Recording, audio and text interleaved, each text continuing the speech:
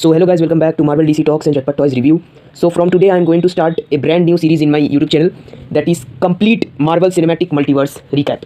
And in this series I'm going to explain the main events of each and every Marvel Cinematic Universe movies, or I can say Marvel Cinematic Multiverse movies, because obviously you guys know that this multiverse chaos is going to be concluded in the upcoming Avengers movie, Avengers Doomsday and Avengers Secret Wars in 2026 December and 2027 December respectively. So I thought that I can make a complete Marvel series, and in this series basically I will explain every Marvel movie. So it's the first episode, and firstly I thought that I will make timeline order wise video, but I then thought that it will be very confusing for me also and you also. So I have organized this series. So in this series basically firstly I'm going to cover all the main Marvel Cinematic Universe movies, means Earth 616 or Earth 1999 whatsoever, means all the 5 phases: phase 1, phase 2, phase 3, phase 4 and phase 5, along with the Disney Plus web series also of phase 4 and phase 5 that are canon to Marvel Cinematic Universe. And after completing the mainstream of Marvel, I am going to talk about the other universe in the whole multiverse of Marvel, like Tobey Maguire's Spider-Man universe, Amazing Spider-Man universe, Fantastic Four, X-Men, and there's a lot more. So I'm going to talk about that. And I'll also going to ignore some of the series, web series like Agents of S.H.I.E.L.D. or Iron Fist, like, or Defenders, because if I will explain all the Marvel projects ever released, then this series will really be very confusing also and big also and useless also. So those movies or web series that are not important for Doomsday or Secret Wars, I am going to ignore that, and we will only focus on those universes that are actually going to be important for the upcoming multiverse films, like X-Men universe, Fantastic Four universe, and Amazing Spider-Man universe, then Ghost Rider, Blade, Daredevil. So now guys, let's start the series with our first episode. So let's start guys with Marvel Cinematic Universe Phase 1, movie number 1, Iron Man, released in 2008. So the events of this movie take place in 2008 in the Marvel Cinematic Universe.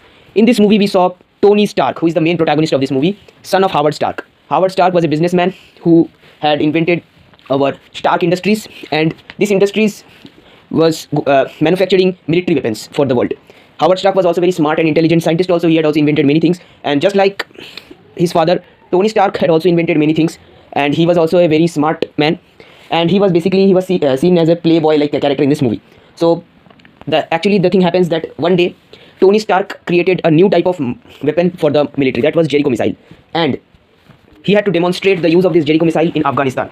So he went to Afghanistan by his flight with his best friend James Rhodes and his bodyguard Happy Hogan, and he was also a new assistant, that was Pepper Potts.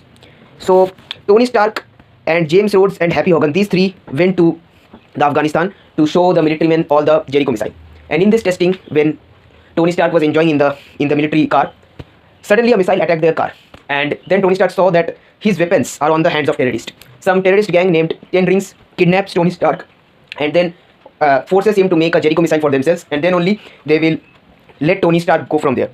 But instead of that, there he met a man who named Hohenson, and he was also kidnapped by the Afghanistan terrorists. So Tony Stark teamed up with Hohenson and created an iron armor with some scraps. And the arc reactor that actually was a very big model that was used to power Stark Industries, Tony Stark was able to create that arc reactor through palladium in a normal cave. And with his new suit, Tony Stark finally escapes from the cave. His friend Rhodey finally finds him and brings him back to his home. And then we see that actually this kidnapping was done by Obadiah Stane. Obadiah Stane was actually, before Tony Stark, he handled the Stark Industries, and he was actually a business partner of Howard Stark.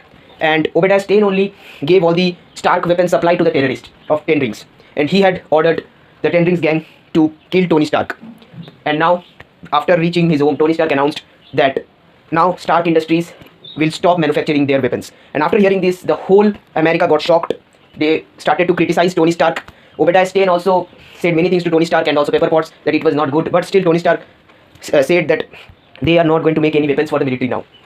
After that, we see that Obadiah Stane goes to the terrorist base and collects the Tony Stark's iron armor that he used to escape from their base. And on the other hand, Tony Stark was creating a new battle armor that was made of steel and titanium. Tony Stark was actually building this model and named this model Mark II. The main purpose of this Mark II armor was to fly. And after many tests, Tony Stark finally built a perfect armor with a sleek design and artificial intelligence Jarvis to control it. And this suit was Tony Stark's first software armor and a really big upgrade to the first Mark I armor. But this suit has a problem, that when it goes to high altitude, it got freezed. So Tony Stark built a new suit called Mark III, which he also added the red and gold color scheme and also added some weapons like repulsor, unibeam, miniguns, missiles, etc, etc. And this suit can fly with supersonic speed, and this suit was made of gold titanium alloy. and Tony Stark used this suit to save the people from terrorists in a village called Gulmira. And then we see that Tony Stark's friend Rhodey also comes to know about this, that Tony Stark has created this Iron Man suit, and Rhodey tells Tony Stark to keep it a secret. And then we see that on the other hand, Obadiah Stane had also built his new armor by the scientists of Stark Industries, and it was called Ironmonger. That looked very similar to the first Iron Man suit that Tony Stark had created in the cave. And now we see that the scientists of Stark Industries were able to create the model of Ironmonger suit, but they were not able to make a small arc reactor that Tony Stark was able to make in a cave with limited resources. Obadiah Stane became furious, and he then went to Tony Stark, and then he snatched his arc reactor and used this to power his new Ironmonger armor.